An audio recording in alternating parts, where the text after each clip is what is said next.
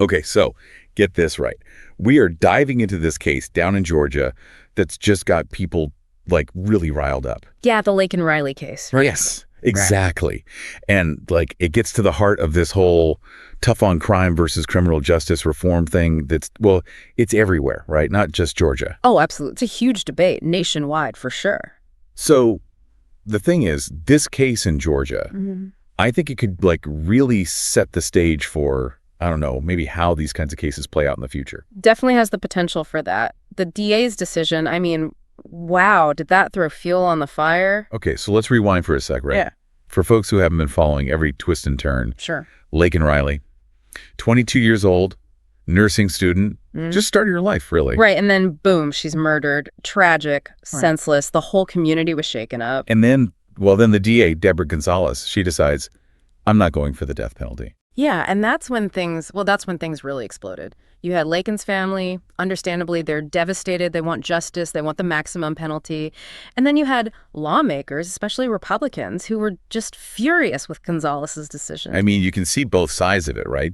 You have this young life cut short, and then the person responsible might not face the ultimate punishment. I mean, it's heavy stuff. But the DA, she stuck to her guns. Life without parole, she called it death in prison. Exactly. Her argument is that it accomplishes the same thing as the death penalty. The person is off the streets forever, but without all the baggage that comes with capital punishment. Baggage? What do you mean by that? Well, you've got the moral arguments against the death penalty, the whole eye for an eye thing, the risk of executing an innocent person. And then there's the practical side, the cost. Death penalty cases are incredibly expensive. Appeals, specialized lawyers, years of litigation, it all adds up. But like I keep hearing folks saying, yeah, but some crimes are so awful, the death penalty is the only answer. Where do you think that sentiment comes from? I think in cases like this, where emotions are so raw, it's a natural human reaction. You want the punishment to fit the crime. And for some people, nothing short of the death penalty feels like true justice for taking a life. But Gonzalez, she's standing by this principle, this idea of not pursuing the death penalty no matter what. It's like she's saying, this is bigger than just one case. Right. She's trying to make a statement about the whole system. So let's get into some of the reactions to this case because, whoa, boy, were people not happy with Gonzalez. Oh, yeah. There was a lot of anger and outrage. We saw Republican lawmakers like Representative Houston Gaines and Senator Colton Moore really come out swinging. They were like, this is unacceptable. Ibarra deserves the death penalty. Senator Moore even went so far as to call on the Attorney General to like totally step in and take over the case. Whoa.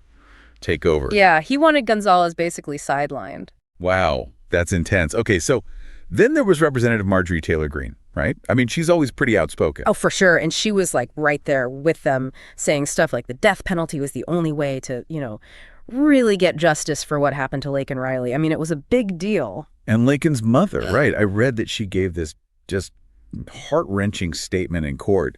She wanted Ibarra to face the same fate that he gave Laken. Yeah, and you can't blame her, right? She's a mother who lost her child. She wants to see, I guess, what she sees as true justice. Oh, it's just gut-wrenching, this whole thing. Okay, so one more piece of this puzzle, right? Gonzalez, she has this policy, right, about being careful, I guess you could say, about prosecutions that could affect undocumented immigrants. Right. She wants to avoid what she calls collateral consequences for people who might be undocumented.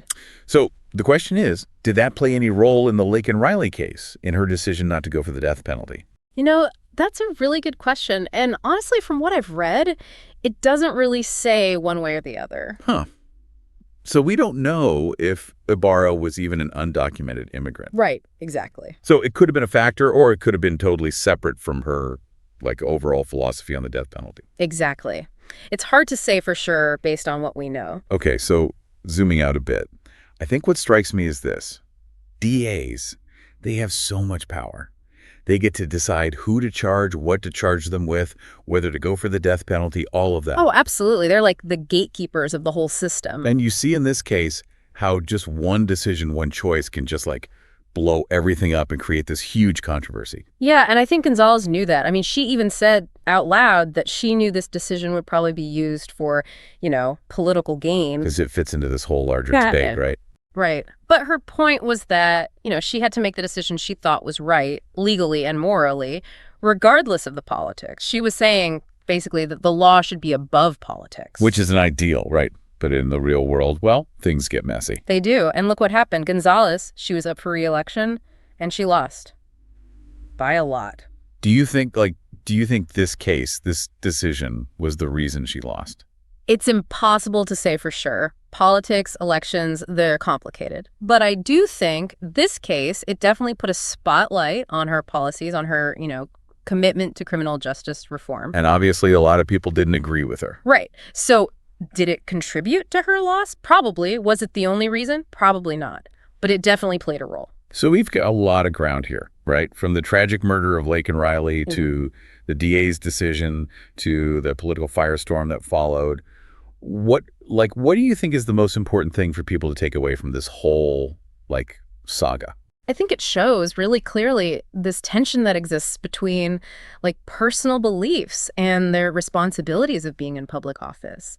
Gonzalez is a person, she has her own very strong opinions about the death penalty, but she's also a DA. She has to consider not just her own views, but the law, the community, the victims. How do you balance all of that? Right. And this case, with all the emotion and the politics swirling around it, it really brought that struggle to the surface. It's like a case study in how complicated the justice system can be. Yeah. Okay, so last question, the one I'm sure everyone's asking, what happens now?